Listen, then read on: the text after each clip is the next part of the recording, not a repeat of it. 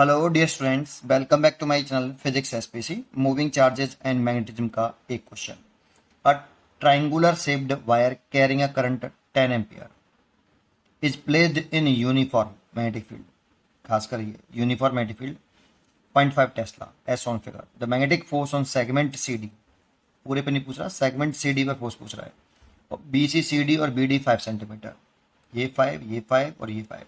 That means ये जो triangle दिख रहा है आपको, ये एक इक्विलेटरल ट्राइंगल हो गया। तो ये एंगल 60 डिग्री, ये भी 60 डिग्री और ये भी 60 डिग्री।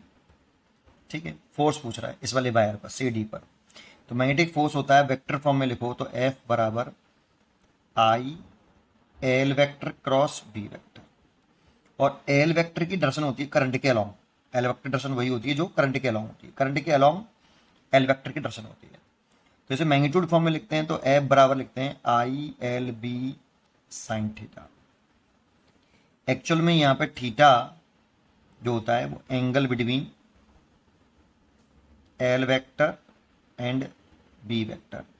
और दो वेक्टर के बिटवीन एंगल या तो टेल टेल देखते हैं, टेल टू टेल, या हेड हेड देखते हैं। टेल हेड नहीं देखते, या तो ये देखो या हेड हेड देखो, लेकिन tail head, tail to head नहीं देखते, ये ध्यान रखना। बस यही कंसेप्ट है। ठीक है, तो देखो एल वेक्टर की डायरेक्शन वही मानोगे जो आई की डायरेक्शन है। तो देखो ये एंगल नहीं है, क्योंकि ये तो हेड और इसके टेल के बीच में हो गया, ये करंट की डायरेक्शन हो गई, सॉरी ये मैग्नेटिक फील्ड की डायरेक्शन हो गई। देखो ये मैग्नेटिक फील्ड डायरेक्शन दे रखी है ऐसे, यूनिफॉर्म मैग्नेटिक फील्ड है। तो मैग्नेटिक फील्ड की डायरेक्शन तो ये मान लो आप, पूरे में ना मैग्नेटिक फील्ड इस तरह से, इस तरह से पूरे में मैग्नेटिक फील्ड है। ठीक है, ऐसे। और करंट की डायरेक्शन ये हो गई, क्योंकि इस वाले वायर पे फोर्स पूछ रहा है, उस पर नहीं, इस पे पूछ रहा है।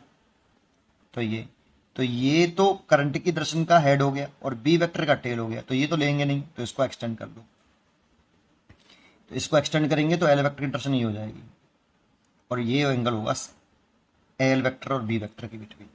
बस हो गया। करंट की वैल्यू पुट कर दो 10, एल की वैल्यू कितनी है 5 सेंटीमीटर है, तो 5/100 सेंटीमीटर को मैंने मीटर में बदल लिया। बी कितना है 0.5 टेस्ला, तो 0.5 टेस्ला और एंगल है 60 डिग्री, साइन 60 डिग्री। बस कैलकुलेशन करना है।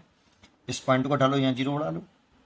तो 10 इंटू 5/1000 इंटू 5 और साइन 60 की वैल्यू √3/2। 2 से ये वाला 10 कैंसिल कर लो आप, 5 इन तीनों का मल्टीप्लाई कर लो, 125 हो गया। और √3 1.732 डिवाइड बाई 1000। ठीक है,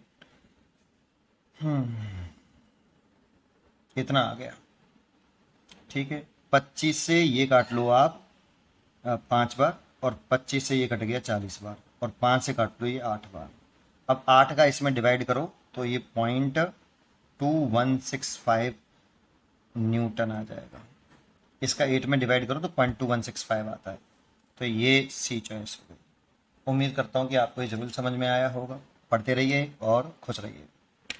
अच्छा, इसमें एक चीज़ और, अगर सपोज की दर्शन पूछ लेता तो एल क्रॉस भी करते बेटा आप। और L cross B right hand से किया जाता है, राइट हैंड थंब रूल से।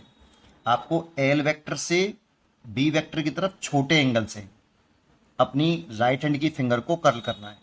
तो एल वेक्टर ही रहा, बी वेक्टर ही रहा, अपनी फिंगर को ऐसे कर्ल करो राइट हैंड की को, और जो थंब आएगा वही एल क्रॉस बी की दर्शन होगी। देखो ऐसे कर्ल कर लिया, ऐसे कर्ल कर लिया, एल से बी की तरफ छोटे एंगल से। थंब ऊपर आ रहा है, थंब ऊपर है तो एल क्रॉस बी की दर्शन ऊपर है, और जो दर्शन एल क्रॉस बी की है वही दर्शन एफ की है।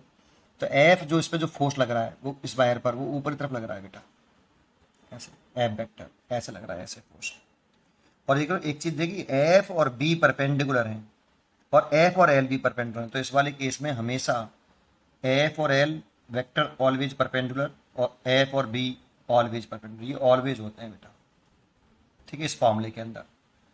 पढ़ते रहिए और खुश रहिए।